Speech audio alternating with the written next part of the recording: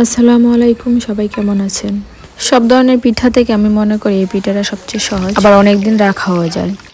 তোমরা তো দেখে চিনতে পারছো, এটা হচ্ছে ডালপুরি পিঠা। এটা আটা দিয়েও করা যায়, আবার চালের গুঁড়া দিয়ে করলে বেশি মজা হয় আমার কাছে মনে হয়। এটার আসল টেস্টটা খুঁজে পাওয়া যায়।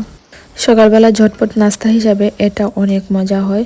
আমার যখন আলসামি লাগে তখন আমি এই কোনো কিছু রান্না করতে না মন চাইলে পিঠা বের করে নিই। আজকে আমার বোন একটু নুডলস রান্না করবে, তাই সে আস্তে আস্তে সবকিছু কেটে নিচ্ছে। ও অনেক মজা করে নুডলস রান্না করে, তাই আজকে ওকে রান্না করতে দিয়েছি। আর সেদিন প্রচুর বৃষ্টি হয়েছিল।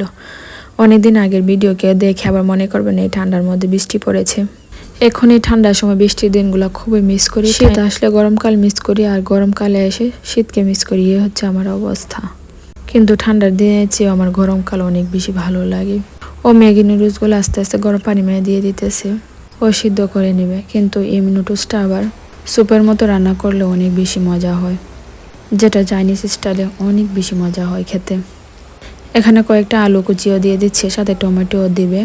আমি খালি নুডলসের থেকেও আলু দিয়ে খেতে বেশি ভালো লাগে। ছোটবেলা থেকে আমি অনেক বেশি আলু দিয়ে সে নুডলস রান্না করি, এটাই আমার কাছে অনেক বেশি মজা হয়। অন্যান্য সবজি থেকে আলু বেশি পছন্দ করি। আমার মতো কে কে আলু খেতে পছন্দ করে আমাকে কমেন্টে জানিও। এখানে ডিমগুলো ভেঙে দিয়ে দিল, এখন আস্তে আস্তে মিক্স করে নেবে। আস্তে আস্তে সবগুলো ভেজে নিয়েছে, সব আলুগুলো সিদ্ধ হয়ে গেছে। এখন নুডলসগুলো দিয়ে দিল।